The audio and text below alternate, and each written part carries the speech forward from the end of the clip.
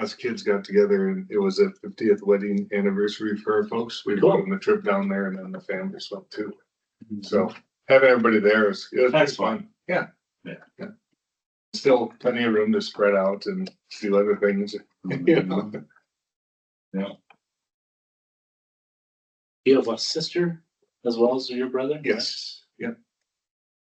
She flew in from Dominican Republic. Oh. She's at now.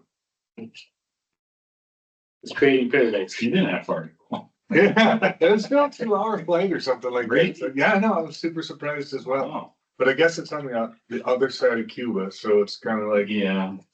Yeah. it's a little ways out there. The geography isn't real accurate in my mind for that area. Did better than no idea reference of that. It's all down there somewhere. Yep, it's all down in that really nice warm water. Right. Still struggling with the States. I got those down. Thanks. All rise for the pledge. I pledge allegiance to the flag of the United States of America and to the republic for which it stands, one nation, under God, indivisible, with liberty and justice for all. Thank you, everybody. Do a quick roll call to determine quorum. Councilor Baumgartner. Here. Evers. Here. Ferguson is not here. I am here. Howard. Here. We do have a quorum. We'll call the meeting to order here. We'll begin the meeting with the public forum part of the meeting. This is the time where we encourage the public to address council about anything concerning them. Speaking times are limited to 3 minutes. If the matter needs more attention afterwards, we'll direct staff to follow up on it. So if anybody's here from the public to address council, now is your time. See any action in the room here? Anybody attending virtually? Doesn't look like it either. All right, we'll go down the public forum then and open up the meeting here with the setting of the agenda. First of all, I ask you to call out anything on the consent agenda that needs to be removed and put in as a discussion item. Anything come to mind there? Gentlemen? The 2025 TAC 35. Letter D there, please. Okay. We'll make that discussion item F. Anything else? All right. With that adjustment to the consent agenda and the discussion items, I'll call for a movement to set the agenda. Make a motion to approve the amended agenda. Second. Motion's been made by Evers, seconded by Baumgartner to approve the amended agenda. Any further discussion? Hearing none, all in favor, say aye. Right. Any opposed? All right, agenda is set as amended. We have the consent agenda in front of us. It now contains the minutes of April 7, Resolution 33, the authorizing of employment to Derek Wirtz as a full-time public works worker. Resolution 34, the hiring of seasonal worker Douglas Pratt for public works. Resolution 36, accepting a quote for directional boring. Resolution 37, the calling for a public hearing for the proposed ordinance amending chapter 152 to add, and the first reading of ordinance 3, amending certain sections of chapter 152 of the municipal code to add many warehouses as a permitted principal use in the I-1 and I-2 districts. Resolution 38, the approval of donation from the Sons of the American Legion 186. Item I, Marcus Construction Pay App number 6. Item J, SEH Professional Engineering Service Contract for Electrical Systems SPCC Plan. Call for a motion to approve the consent agenda. Second. Motion's been made by Baumgartner and seconded by Evers to approve the consent agenda. Any further discussion? Hearing none, all in favor say aye. Aye. All opposed, same sign. Consent agenda carries as amended. Moving down to the business items, we'll be moving into a public hearing for a conditional use permit. What that's going to entail is us temporarily recessing the meeting, taking some staff reports, receiving comments from the public, and then closing the public hearing and opening the regular meeting. So, we'll recess the meeting here and then take some staff reports. So as you all know, the city of Olivia has recently acquired the Armory building with the intention of transforming it into a multifunctional community center. And you know, we also want to open it up as a event center as well to help us bring in some revenue and to really utilize it as a multifunctional space for the community. So the commercial recreation, those types of things are already permitted activities under our zoning. It's zone B3 in highway business. For the conditional use permit, we would need it for specialized recreation services, including roller skating events, ticketed performances, and private event rentals. So revenue from those private permitted uses and conditional uses will help subsidize public programs, facility maintenance, and upgrades to that building, which kind of helps ensure equitable access to the Armory for all of the community members. This had gone through the Planning Commission. You read in your packets their findings of facts, their reports. They have reviewed all of this. But that is why we are coming to you all to get that conditional use permit really for the specialized recreation services and event rental. Thank you, Elizabeth. We can receive some public comment now. So if anybody is here to address the conditional use of these ticketed events at the Armory, now is the time to address council on that. Is anybody here from the public to comment on that?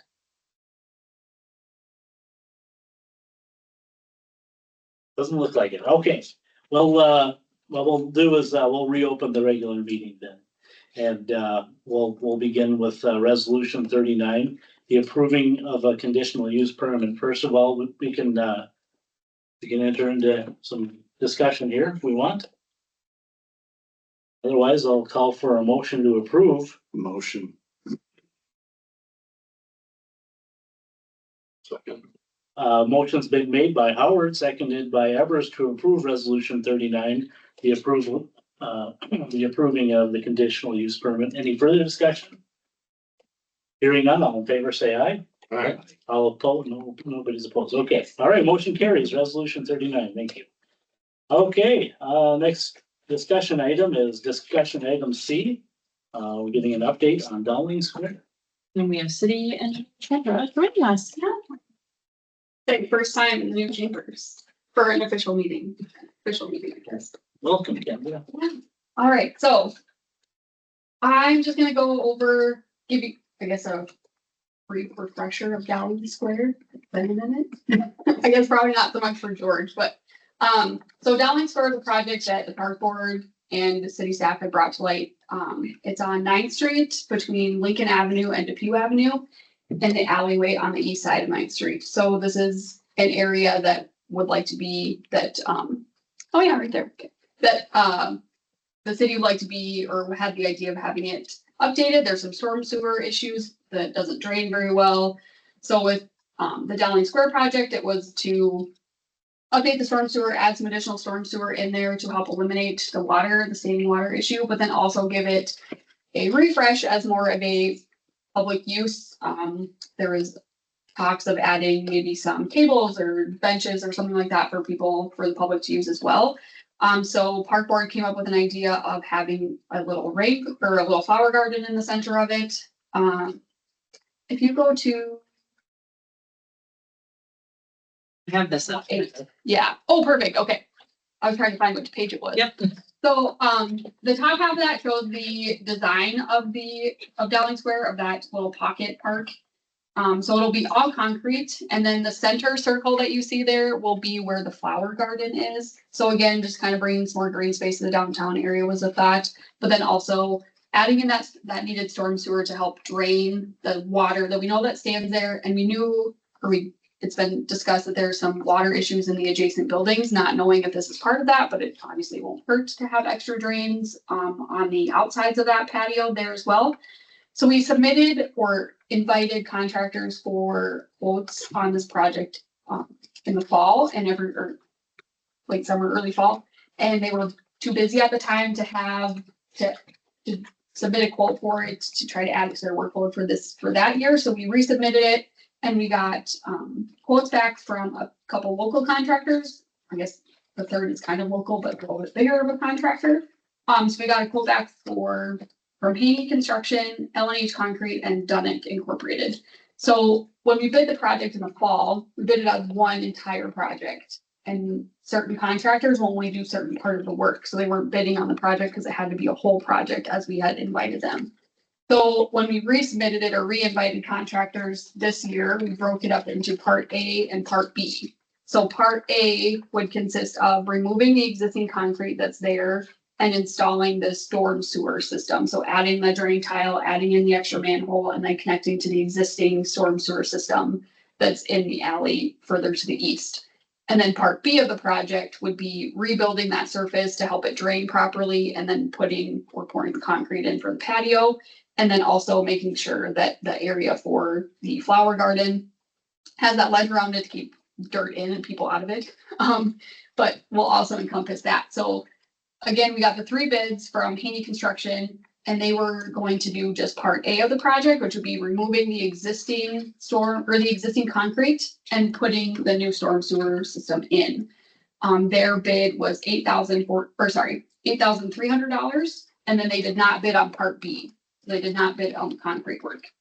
And then we got a bid from L&H Concrete out of Wilmer, and they did not bid on the storm sewer portion, but they did bid on the concrete and the surface restoration, and they bid $11,920. And then Dunick Incorporated out of Princeburg bid on the entire project. And for part A, which again is the storm sewer and removal of the existing concrete, they bid $13,100. And they bid on part B, which is the surface restoration and concrete, $26,850. Based on those 3 bids, we would recommend awarding the bid to Haney Construction for part A and L&H Concrete for part B. We find no reason to deny awarding the contract for part A to Haney Construction and part B to L&H Concrete. I guess you have questions on the project. I know I kind of just briefly went over existing plans for it that we had discussed. And then the quotes that we have received this time around for, like I said, splitting the project into 2 pieces, I think helped. Because like I said, Haney Construction isn't going to do concrete work, so they're not going to bid on. L&H Concrete doesn't do storm sewer, so they're not going to bid on the project. But when we split it up into 2, I think it really helped eliminate that issue. You like the plan? Sounds like an easy way to do it. Yeah, it'll be a little more from either between Elizabeth and myself, coordinating between the 2 contractors. Typically, like if Dunick had taken it, they would do the facilitating for whatever subcontractor is going to be doing the work. But I think in this instance, it's not a huge, it's not a Depew Avenue project by any means. So I think that should be pretty straightforward as well. This will also give us time, once everything's torn up, we're gonna be running more electrical outlets along that space because we've been utilizing it more. Holiday happenings, they had their musicians plug in. We had roasters plug in. We had quite a few power needs in that. So the city's looking to do more activities and events along Main Street, which have power needs. Both our wastewater department and our electric department, if you've driven by, they have started demoing out those unsightly utility boxes that were kind of front and center when you walked in. And then the private property owner to the north has plans for a new mural to that wall, as well as she's taken ownership of getting some new planters for that facility, for that area as well. So she has a lot of great ideas. She's really engaged as a community member, taking a lot on privately as well to help us turn this space into more of an asset and less of a little bit of an eyesore. It being a park or square or whatever it's wanted to call it, is there any type of state funding that is ever available for a smaller project like this?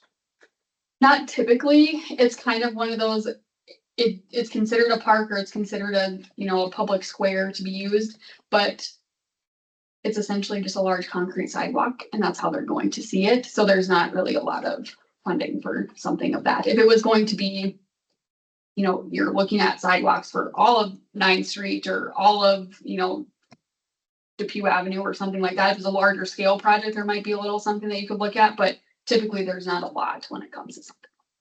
We did apply last year in the fall for the T-Mobile hometown like facilities grant because this looked like it could be a shovel ready thing. Unfortunately, we did not receive that grant. There were just a lot of applications, but we have been trying to go after some other funding. The funding for this project will be taken out of the storm sewer fund, which has the funds to support it.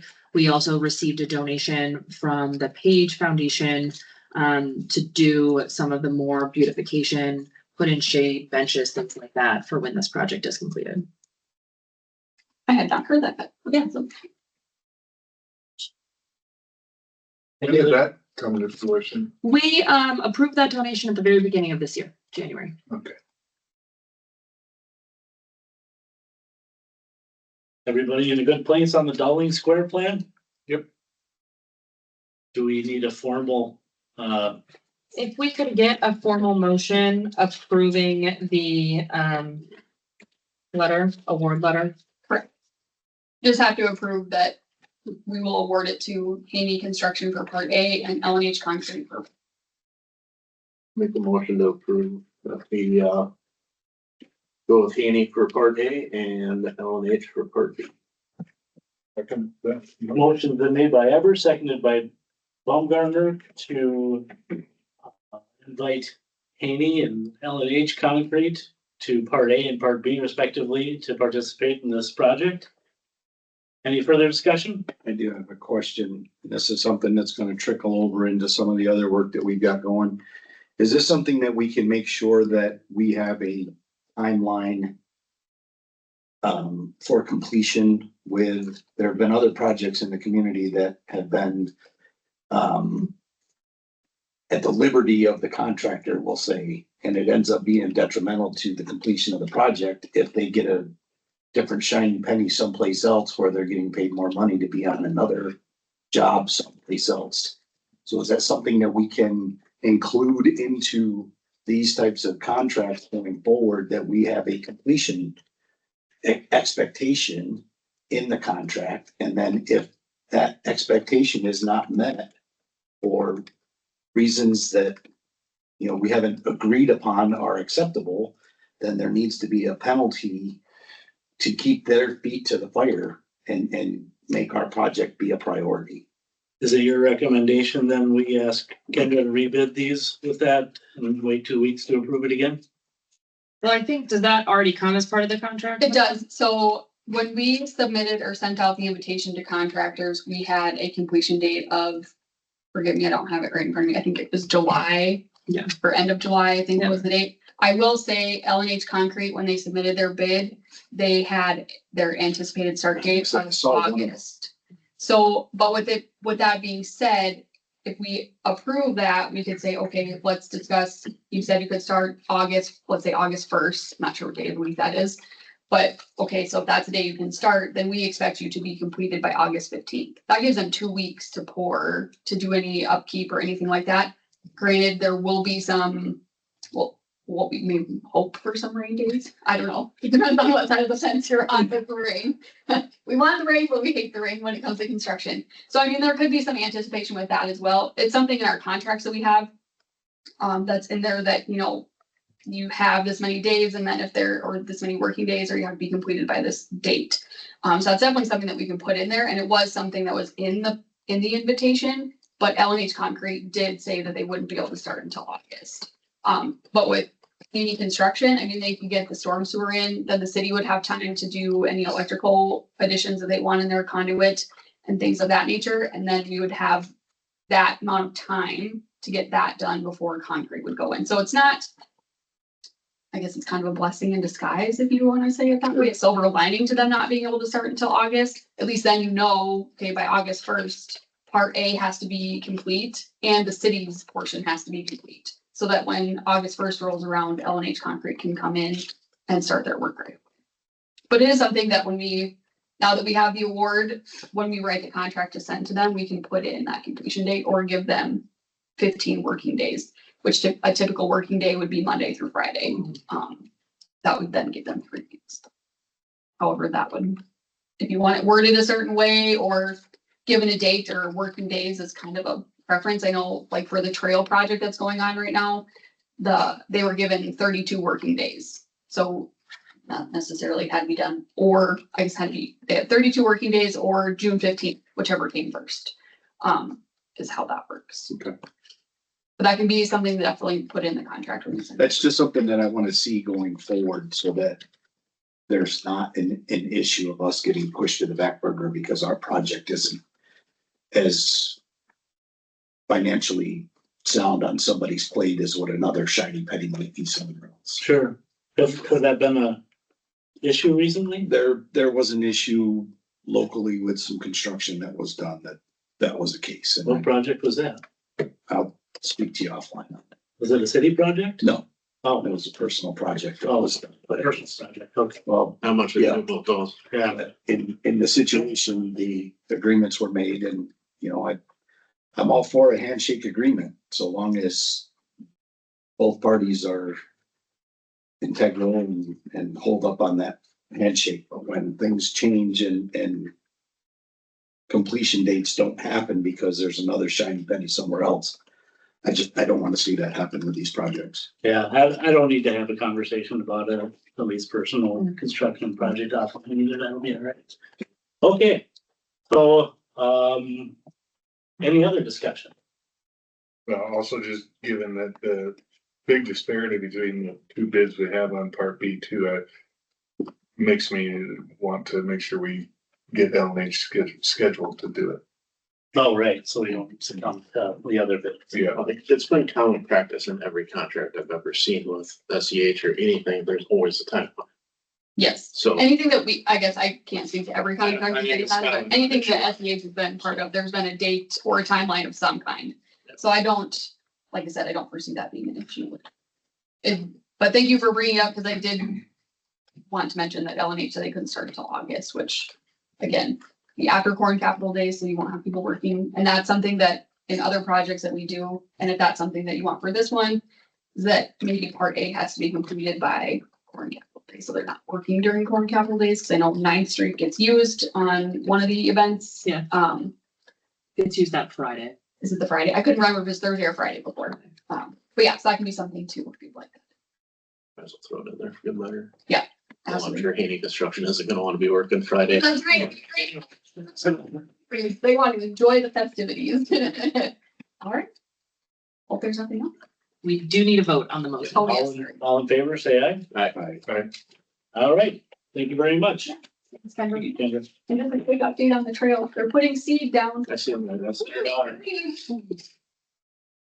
They might still be out there. They were when I came back into town. Yeah. They won't get completely finished today. They'll come back tomorrow morning. It looks green on Highway 71. Yes. It's all seeded. They just gotta put that mulch in. They didn't get all the way done with seed. They did? No, because, lucky for you guys, they were putting in too much seed. We ran out quicker than we thought, so. So somebody wasn't mapping right. Yeah, so we'll be back tomorrow morning to finish up the seeding and the mulch.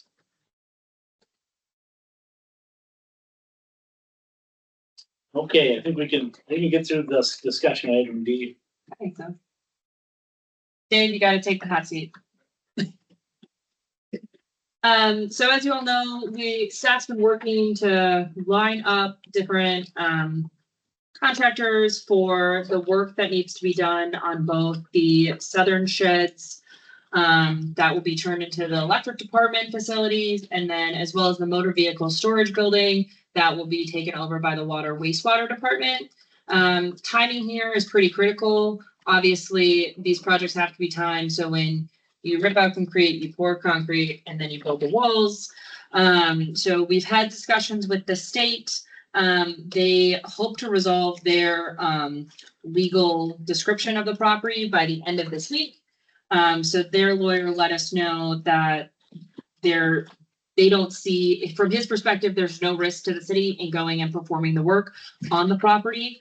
Since the right of way issue that he's working out doesn't impact the building. And again, he hopes to resolve that by the end of this week, which would mean that we would have the deed early next week.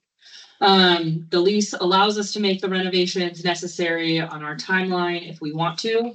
And so Dave has moved forward with contracting different contractors, and I'm gonna let Dave take it from here. We looked at cutting out the floor, put drain in. Well, the floor it's settled in 3 inches over here, 3 inches over there. It was gonna cost 30,000 just to cut it center. And it was another 18,000 to just do the whole floor. So that building is 50 feet by 126. So you're not really saving nothing to save a floor when. That's why we're just taking it all out.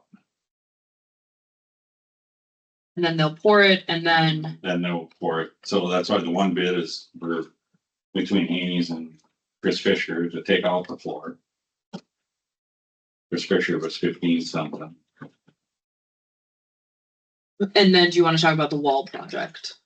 Well, the thing is we gotta get the floor poured before we can put the wall on top of the concrete. So one thing's gotta get done before the other thing can happen.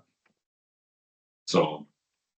But the plan is to insulate all the walls Yes. so that we're Inside not the walls losing. and the ceiling. The spray foam insulation, so. I mean, if Chris Fisher can't get at it right now, I might talk to the spray foam guy. And he might be able to do the ceiling. Before the cement comes up. Sure. So, you know, I mean, we can kind of see what the Get process started is. anyway. Yes, exactly. Because the ceiling's gotta get spray foamed and then 2 coats of fire retardant, because we're not gonna cover it. It's impossible to cover that with all that. Erector set steel up there all over the place.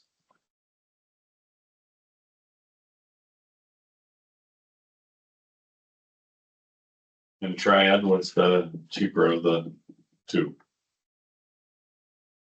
Not by much, but. Do we have a total budget that we're trying not to exceed on this project? We're trying not to spend all your money that you're gonna gain from that in the building. Yeah. Do we have some internal numbers that we're using? We haven't said any. I mean,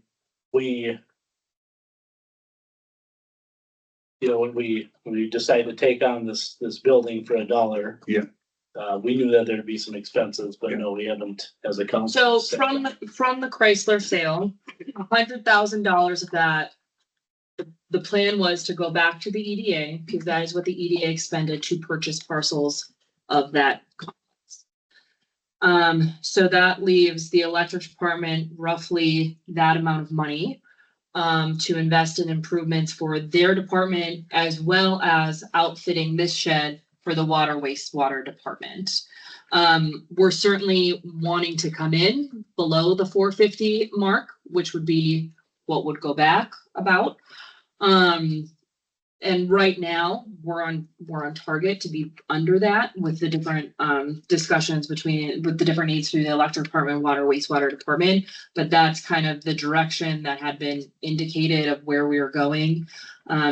It's certainly a lot less money than building a brand new electric department facility.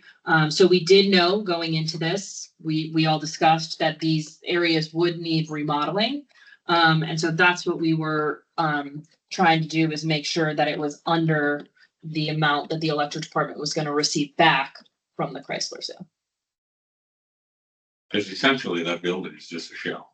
Mhm. All it is. A well-maintained show. Yeah. Yeah. I don't see anything out of line on any of this. It's pretty bare bones what needs to be done. So Yeah, it's pretty straightforward. it's nothing elaborate, and looking at the quotes, none of it seems out of line, so. Right. To me, I don't have any issues with accepting the quotes that's recommended by staff. And then given the previous discussion on Dowling Square, if you guys want to include in your motion to recommend that staff work with legal counsel to draft timing specifications and conditions and timelines into those appropriate contracts with whoever we're awarding these quotes to. We can do that as well. I'll make a motion to approve the quotes that staff recommend. Oh, it's in the resolution. Oh, there's a There is a resolution. resolution. We're doing things Perfect. fancy this time, thanks to Pam Whitmore. Well, I'll make a motion then to approve resolution 2025-40.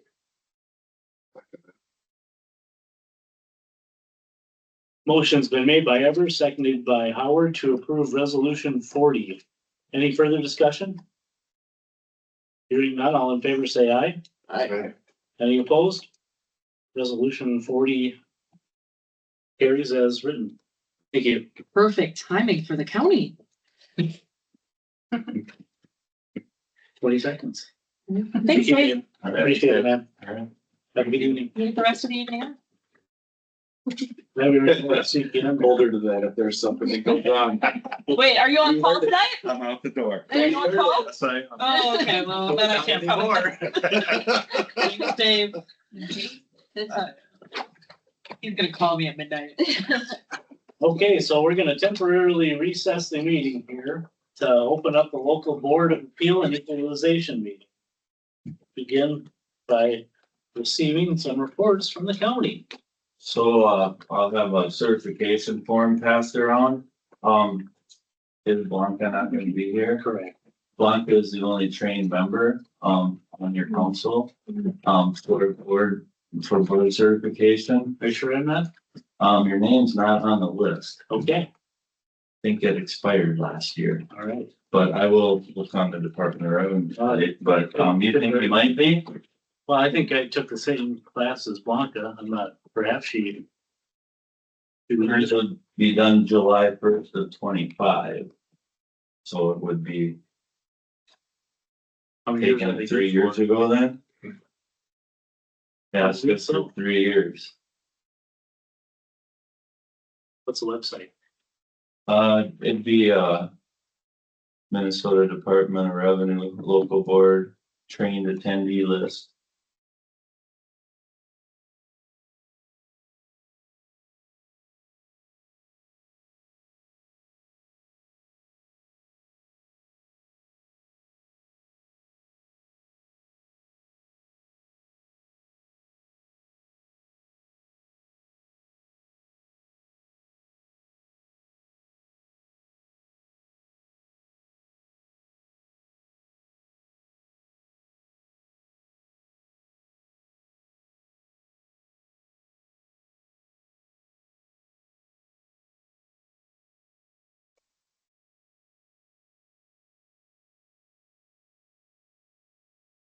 Well, we have to keep this meeting open until 6:30 anyway, so we got to.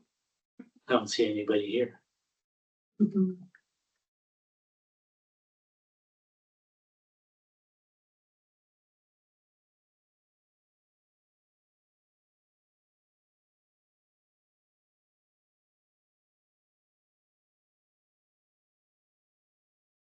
As I get logged in, I can pop in there and look, but it's being slow right now, so I apologize. Is it under the local board? Yeah, Okay. be a trained member roster. Did you guys find Local it? board train member roster? Yeah, See if I can open it up.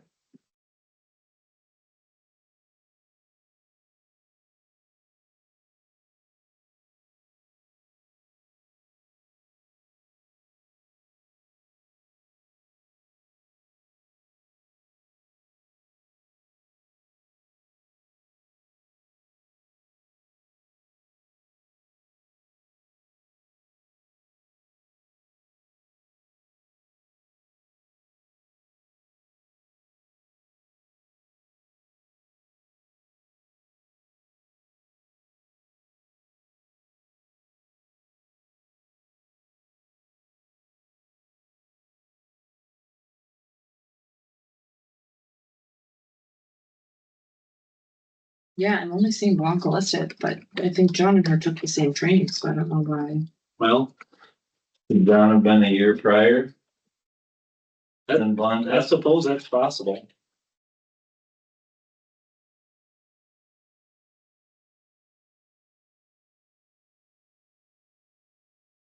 I've only been here 4 years and they're good for 4 years, right? 3. Oh, They're good for 3. So I bet you took it right away. And it expired last July would be my guess. okay.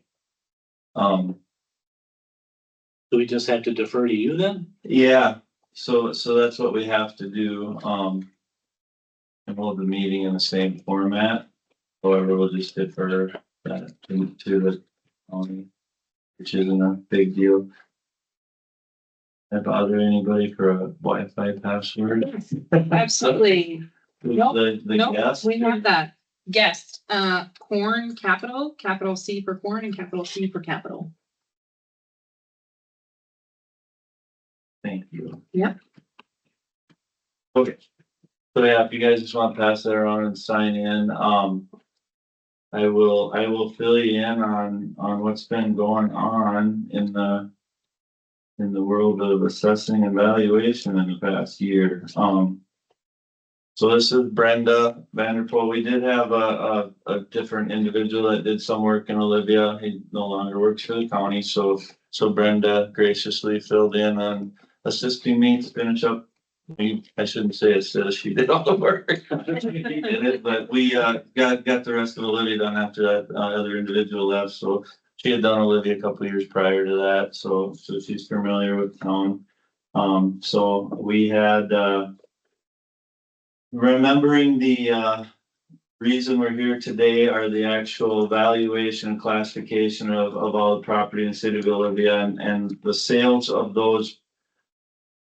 The sales that we used in the basis of valuing is actually from October 1 of 2023 through September of 2024. So we're kind of reacting to what's already happened in the market. So those sales, Brenda has some information to pass around for you guys. So then from October 1 of 24 and currently we're accumulating sales until the end of September, we'll actually be valuing for January 2nd, 2026, taxes payable in 2027. So, in those, years.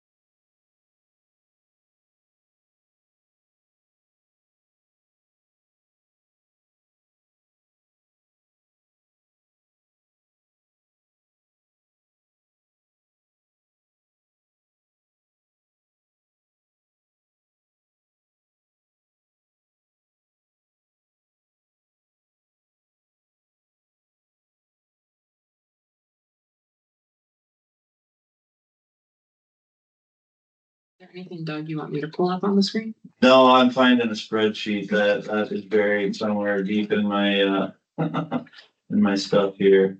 Bear with me, I have to pop it up here. I had to do a bunch of logging in. It takes me a few minutes to get logged in here.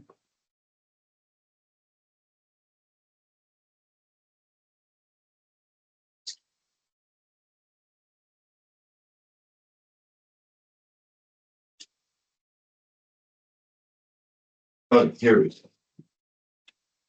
So, in the city of Olivia, from that time frame I told you on residential, let's discuss residential first. There were from October 1st of 2023 through September of 26 residential sales. The median sale price is $170,000. Our median ratio is about 94.29%. So that means on average, we were just a little shy of 6% lower on average than what things are selling for. However, the Department of Revenue also has what's called a time trend. And they actually, that takes into account the basically ups and downs of the market. So those sales are adjusted with an annual trend, and it happened to be 11.14%. which gave me a trended ratio of 87%. I need to be over 90%, to be within, parameters for the Department of Revenue. So that being said, we raised somewhere in the area of 5 to 10%, 5 to 7% on residential properties on average across the board in the city of Olivia, which gave us a median ratio after Brenda's changes of 95%. So I actually would take the value she did and put it against the sale price to make sure we're within those parameters. And then since September, those sales in October until now, there's been 9 sales in the city here. Sale price is about 153,000. And we're at about a 91% ratio. So that kind of tells me the market is holding to steadily, maybe slightly increasing a little bit. There's a lot of activity. I think there's 13 properties for sale right now in Olivia. Now May and June are typically pretty busy. We see a lot of sales, so we'll see an influx. Typically there's 25 to 30 sales in the city, and I'm expecting us to have the same probably by the end of September of this year. We'll have finished out our sale year. Other things that we have done with values, we did have some issues with ratios with commercial properties. We did adjusted commercial properties that had any type of storage / warehouse that capabilities. Those properties, we were finding that we were deficient on our values on them, so we did increase the retail residential to down Main Street type properties. We did hold those. Likewise, we had influx of apartment sales within the county, and we were quite low on values compared to what stuff was selling for. So we did on average about a 10 to 15% increase on apartments as well. Which makes sense when you have an increase in residential housing and demand is high. There's demand for housing, which would make it more appealing. Very, very little vacancy probably in a lot of those apartments. So that's in a nutshell what we did with that. Countywide, all other residential properties, we kind of individually, if there's 6 sales in a market, we look at that separate from any other town like Olivia always does. So it kind of has its own market. But it is reflectant the whole county's kind of in the same boat. We on average township cities, a lot of the cities we were doing about the same changing. So it's been kind of a uniformly steadily increasing residential market in the county. So there's one when we sent out value notices, there was one appeal and I don't even know if I would consider it an appeal as an inquiry. And Brenda was asked to inspect the property. So she wrote up something. She's going to fill you in on it. We don't have really any action to be made, but we wanted to make you aware that what we did. So is that sign in there? You had a council member wrong. Oh. Do Yeah. you want me to, since I changed it, do you want him to now mark present? He signed, didn't he? No. Yeah, just sign. I'm sorry. Yeah, that's fine. It's a work in progress, so I'll just adjust it when we get back to the office. Just printed it.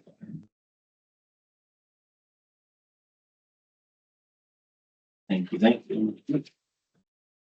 This property was at Forest Drive, so we took Jordan, the new guy with us, and took a look at it, and he felt it was kind of a high value, but we kind of looked at all the sales, kind of showed him all the data. And so we recommended that we just would hold it as is. We didn't make any changes. So, and he was okay with that. He agreed, so after just seeing all the numbers. So. Any changes, and that was the only one. The only inquiry we had. Yeah, So other than that, I don't really have any more. We probably have to be here until 6:30. So fire away if you guys have any questions for me. I want to know what's going on. Just ask away. One thing. Yeah. acknowledging that there is. Got it.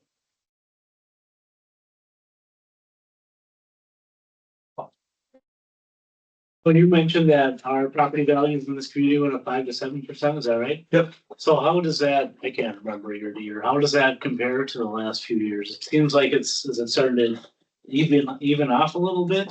It's slowing down a little.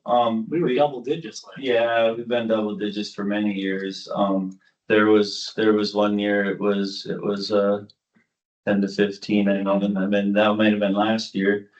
Historically, since COVID, Mhm. since 2020, we've been steadily, I'd say most every city's been darn near up 5 to 10% every year. It's finally starting, maybe the volume of sales seems to be a little more in check. We had a lot of sales. That kind of tells you maybe there's a little more supply than demand. But yeah, no, it's a little slower, I'd say. That always seems to be, you do have it's kind of if a different group of properties sell within any given year too, it can kind of, Skew the numbers. yeah, to some degree. When you have some, it seems like in our assessment, we always struggle with keeping the higher valued homes in check as compared to the lower, because when you do play with percentages, 5% on a $30,000 home is a lot less than a $300,000 home. Right. So we do have to keep in check with that type of scenario as well. So when we do say blanket changes, we within reason we still look at the properties and value them on an individual basis as well. But knowing our goal, we need to on average raise that percent. So that's kind of how that works.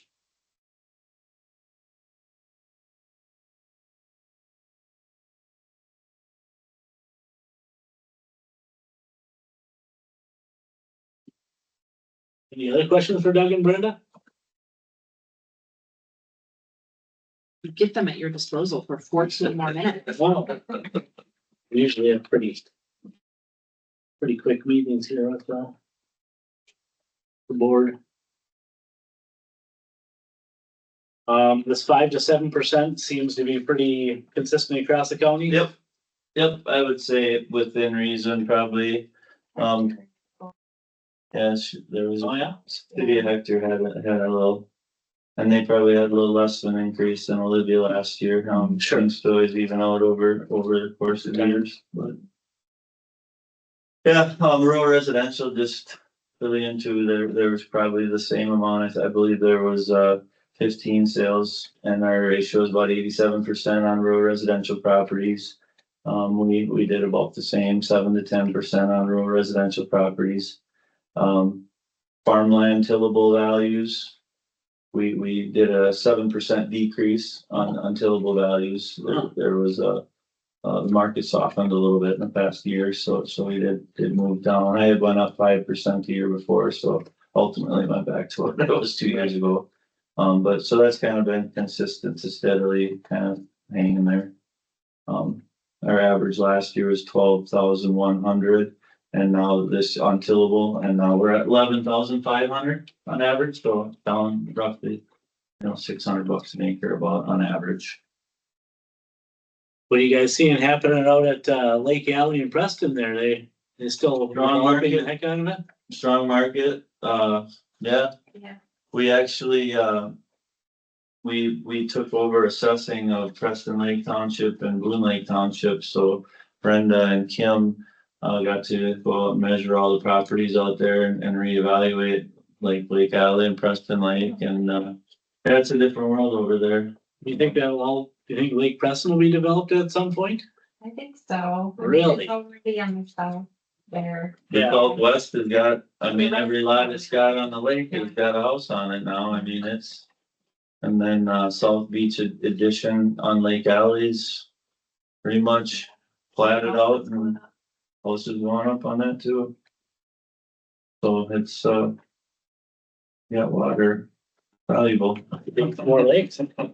Anything bigger than a stove. Lake Olivia. Right.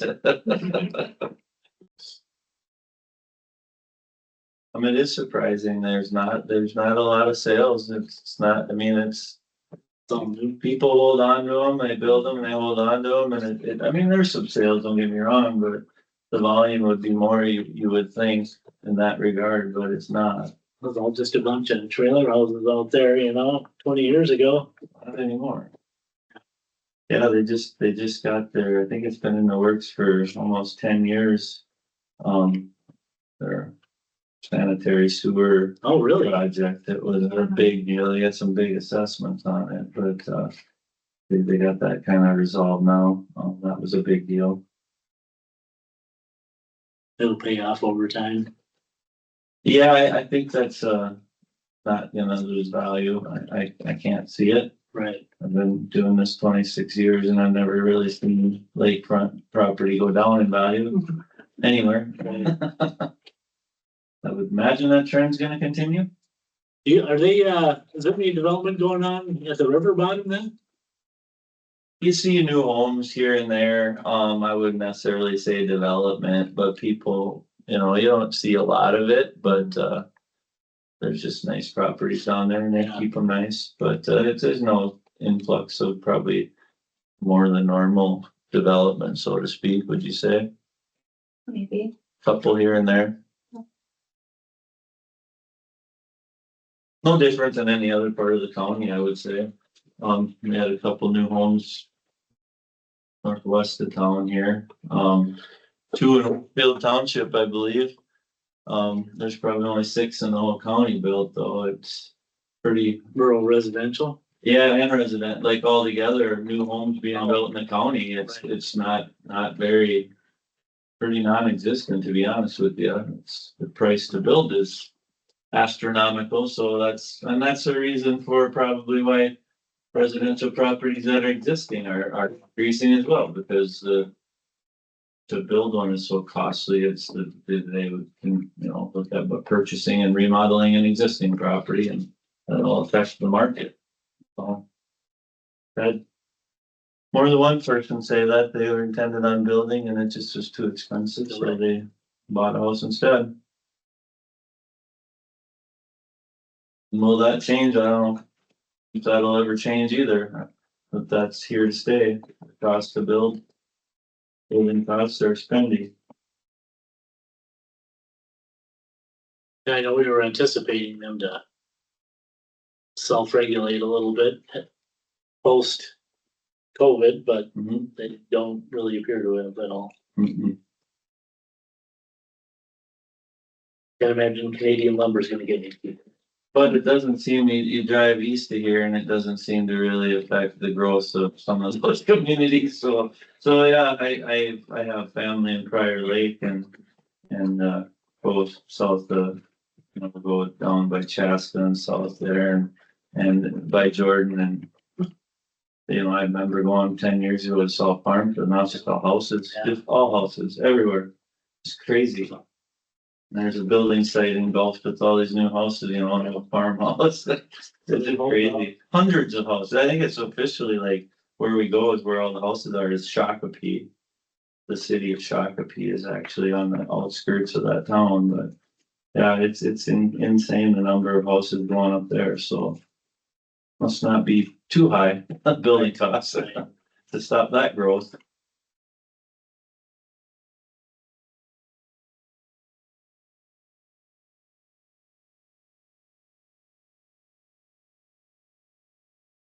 I'll just take a minute and say thank you, Doug, for helping out staff, your office whenever we've had questions. Anytime. You guys always, Thank if you. you're not available right away, you always give us a call back, email back. So I really appreciate your resources, your knowledge. So every time I've had a question to ask, you were right there for me. So thank you very much. I Yeah, appreciate we that. appreciate all your assistance and everything when we're doing our annual assessments too. It's really nice to be on the same page with people. So right back at you on that. It's Figured we still had 7 minutes. yeah. I can say thanks. So how's the project here going? Going really well. So that'll be part of my staff report, but we're really excited. We're already working to plan a ribbon cutting. So Nice. looking forward to it. Probably we'll have an open house during Corn Capital Days Is we know that there will be people who might not live in Olivia anymore, but travel back to Olivia who are gonna be interested, and so it's kind of a fun celebratory event. Nice. Every day a concrete truck arrives, it's a win, so. Right. Right. That's a heck of a slab over there.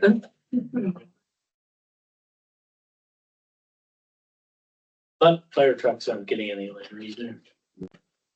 It's nice to see that all worked out with being able to build over there and the alley and all that, everything went. So. Storm sewers getting installed, Nice.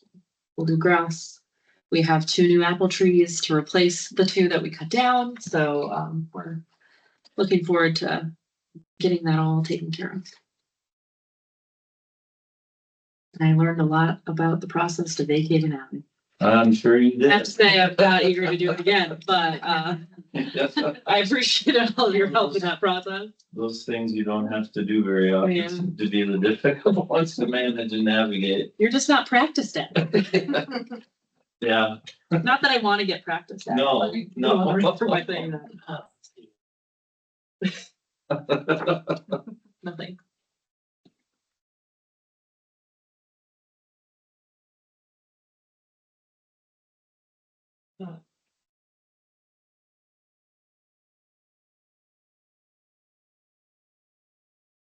Any more questions for Doug and Brett? Can't sit here in awkward silence. How's your guys' comprehensive plan process going?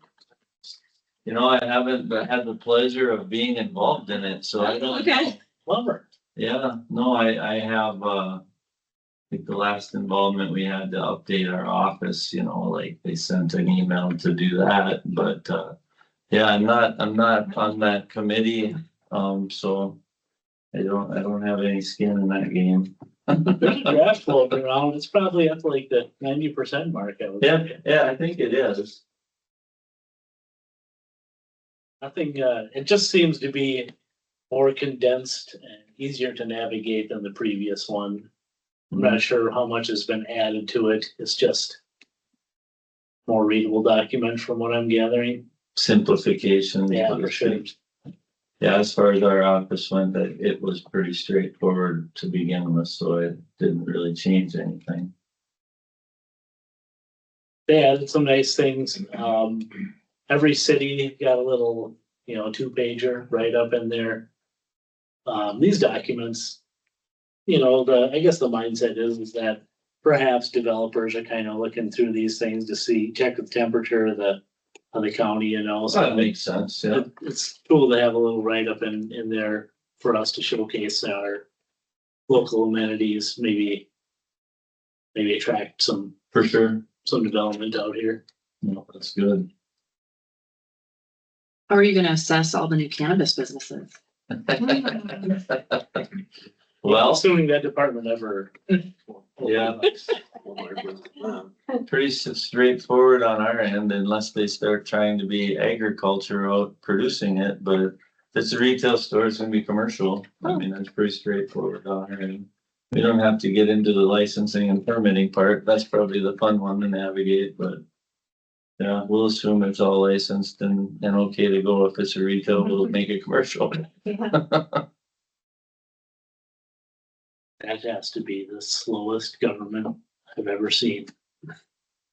Getting that office going and staffed. And getting their guidelines set. Yeah, I think they didn't have many years to prepare for it. I think it just kind of passed real And fast. happened there, Yeah, so. Yeah, it's all a work in progress, especially when it goes to people to the east on that. It's a lot of red tape. Lot of what about me? There's some of that as well. Yep. Yeah, I don't remember I got reporting on it, but did the city default to the county's policy? Did you guys do that? We delegated our licensing authority to the That's what it county. is, yeah. We have our own zoning regulations. But you have your licensing authority. Licensing authority is the It's county. like public health and Mhm. environmental, I think, has Yeah, I wanna say, is the city of Renville the only one who didn't then? Probably because they have their own tobacco licensing. I wonder if that wasn't what I heard, if there was one city and it Yeah. might be Renville that. Sometimes I listen at those department head meetings. I think you're correct. Does that sounds right? Yeah. I know that there's Sarah Benson and Scott Resson have been doing a lot of work trying to navigate through all that. Yeah. I don't know what licensing requirements that come with it. Well, in 5 years when it's ready, Rendell County will be ready. Sure.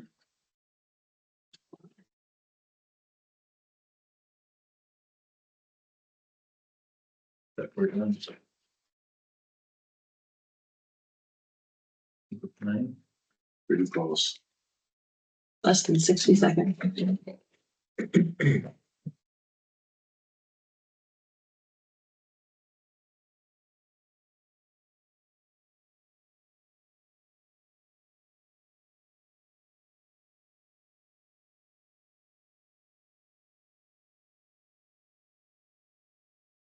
My watch says you guys are.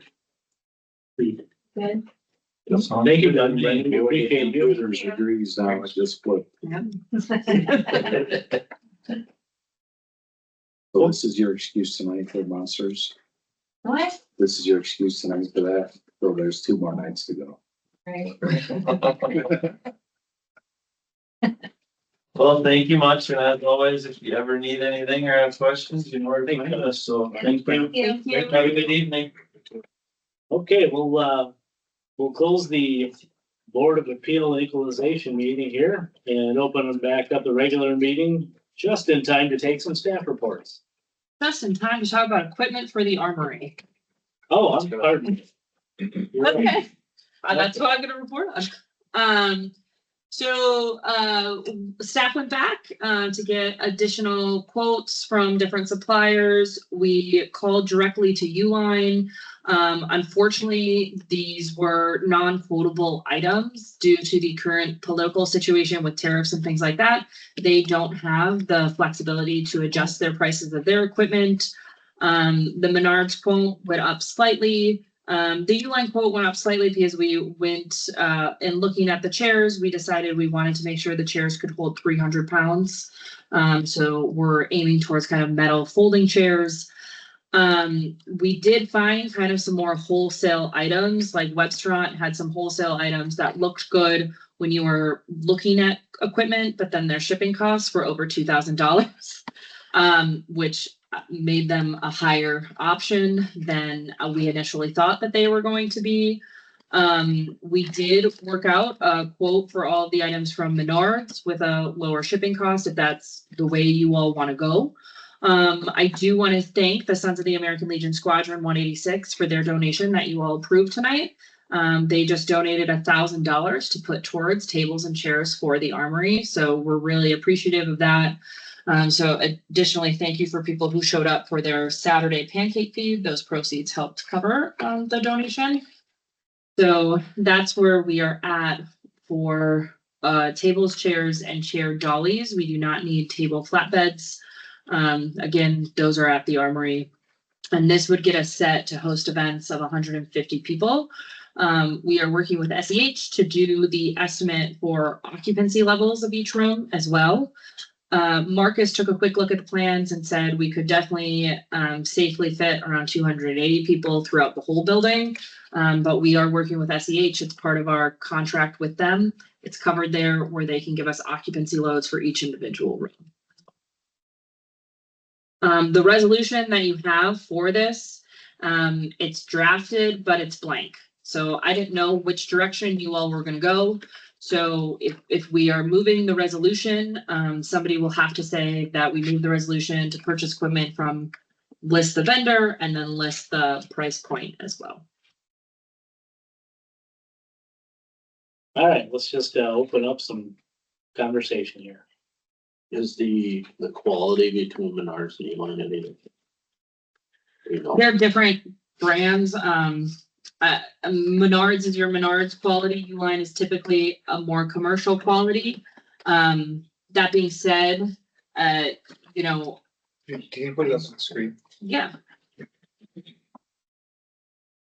you looking for just the memo, or are you looking for the quote up on the screen, like the picture table. of the quote? Oh, the table, sure.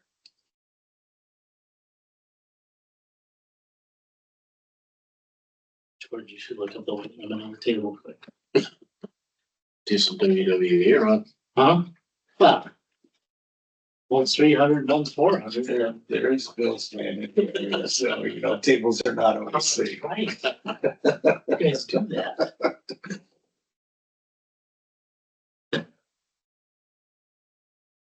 There's what you have, Can you zoom in a little, please? oh, sure. Window list sharing. This is what happens, everybody, when you have about 500 tabs open. There we go. And then we did include like photos of the quote, to show you all kind of the type of material we were looking at, for their equipment.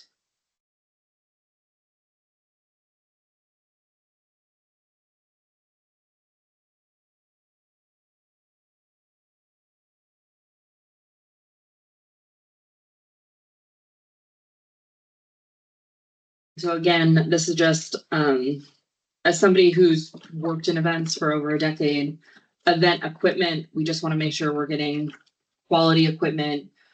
People abuse equipment that's not theirs. That's just the nature of events. You know, the equipment that we purchase is hopefully going to be used quite a bit. It's going to be used over and over. We did opt to get molded plastic tables as opposed to the heavy like wooden buckram tables, because those are beasts to move. Yeah. And these are a little bit more user friendly. Again, for both Uline and Menards and all the others, we made sure that the chairs that we were recommending to you all had at least a 300-pound weight capacity limit. There, again, nothing we're really proposing is very fancy. It's definitely more utilitarian, because if you really want something upscale, you can do tablecloths, you can do chair covers, or you can work with a caterer who does bring in their own tables and chairs, if that's really the route you're going. But, you know, if we're going to charge $100, $200 for a 4-hour event, we want to make sure that their equipment we're providing can withstand the event and everything like that. So is there anything deficient about the Menards equipment? My one thing, I haven't physically held the table in my hands. I haven't physically held the Uline table in my hands. My one concern would just be past practice of getting a more Menards residential route for commercial based equipment. If we want to go that route for the initial purchase, we certainly can. And we can report back on how things are going. And if we discover that, we need to replace equipment in 2 to 5 years, we can. Like that can be fine. Hopefully we have funds built up to do so and to make an additional investment.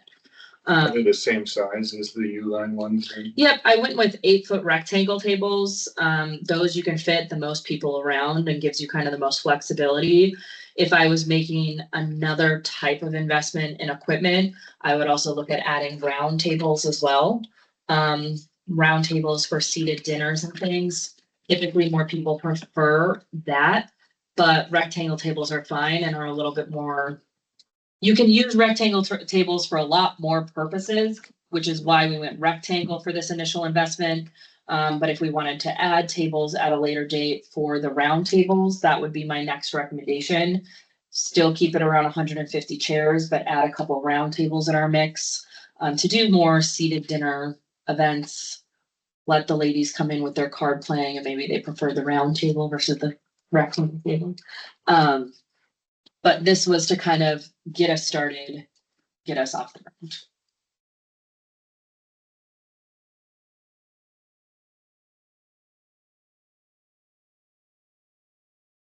Can we go with the Menards too? Make Menards equipment.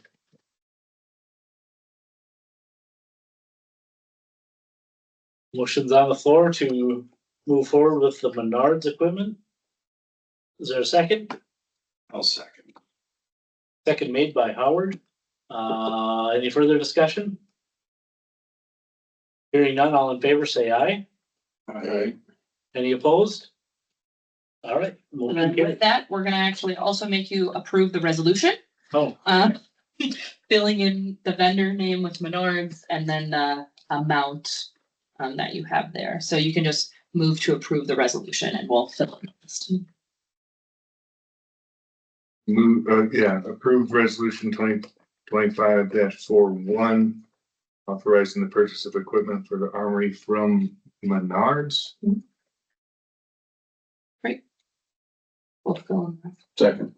got a second from Howard to approve resolution 41, filling in the blanks with Menards. Any further discussion?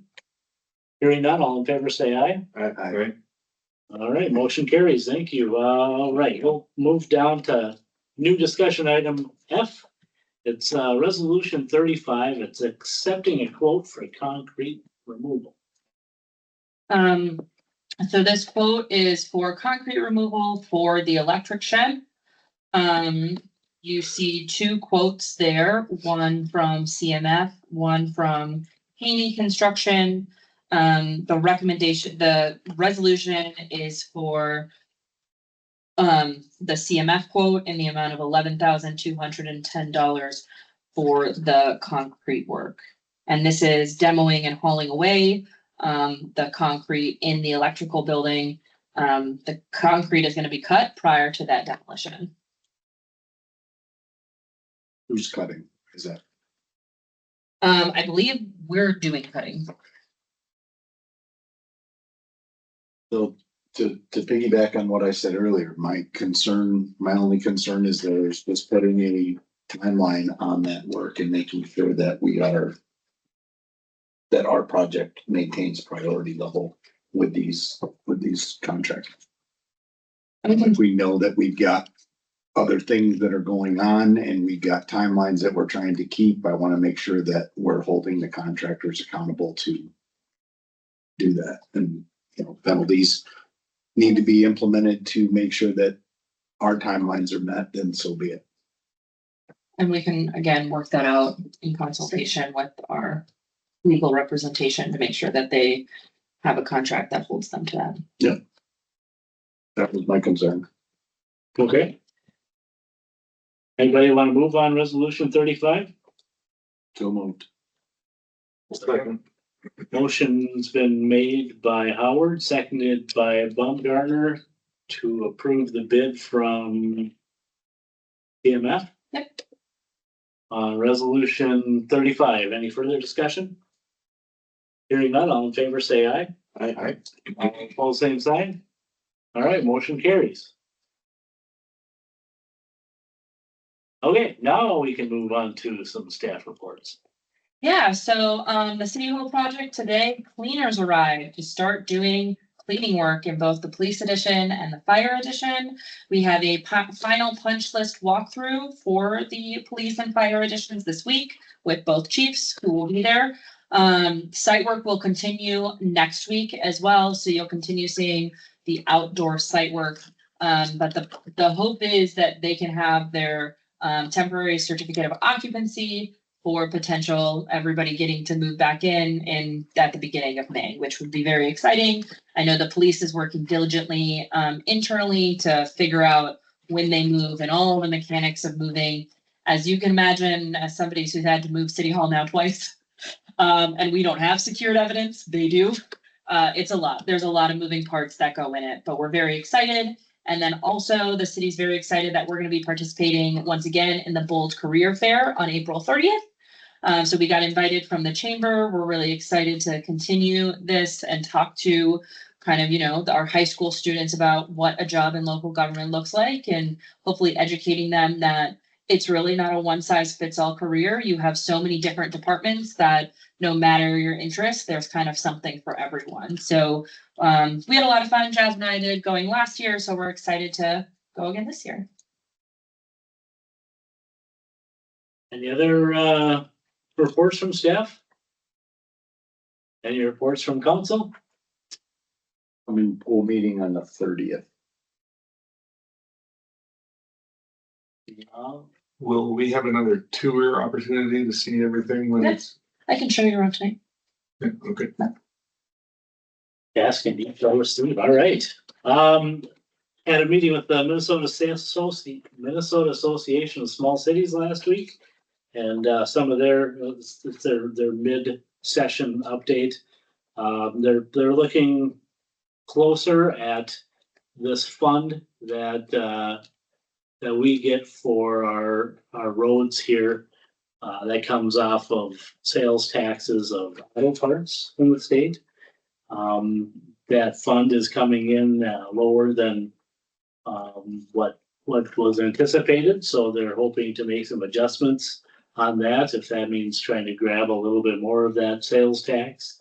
I'm not sure, but also spoke a little bit about EMT funding. I feel like we have a pretty strong organization in town here, but across the state, it's a different story. There are a lot of communities that do not have access to any EMT. So we're very fortunate and blessed that we have such a great organization in town here. And the lawmakers are really trying to find some ways, some solutions for the statewide EMT issues that we're finding. And more updates, non-updates on the cannabis situation. And that was it from the Minnesota Association of Small Cities. How's the strength of the local operation in Olivia ambulance? Good, we just brought on 4 or 5 new EMTs, so it is good. Yeah, And it's a good group of volunteers that keep the communities and the surrounding communities safe and taken care of in that time of need. yeah, we definitely appreciate you guys, and we are so fortunate that we're not like a lot of these other cities of our sizes out there who don't have a EMT service for 30 or 40 miles around them. So we're absolutely fortunate here. Thank you to Olivia Ambulance. Any other reports from council? We do have a notice here. City Hall will be closed on April 25th. So they are installing the generator, which means that they have to turn off electricity to the entire building.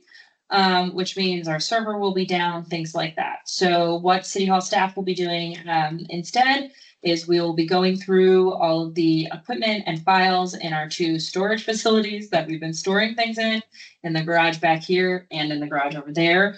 We'll also have a hands-on effort of City Hall staff over at the Armory to do some vacuuming, some cleaning, kind of go through from top to bottom what signs are no longer applicable and stuff like that. So they've also been told that if they'd like to use that day as PTO, they certainly can.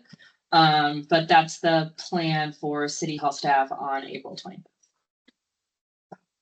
Thank you. We tried to time it with Good Friday and the timing didn't work.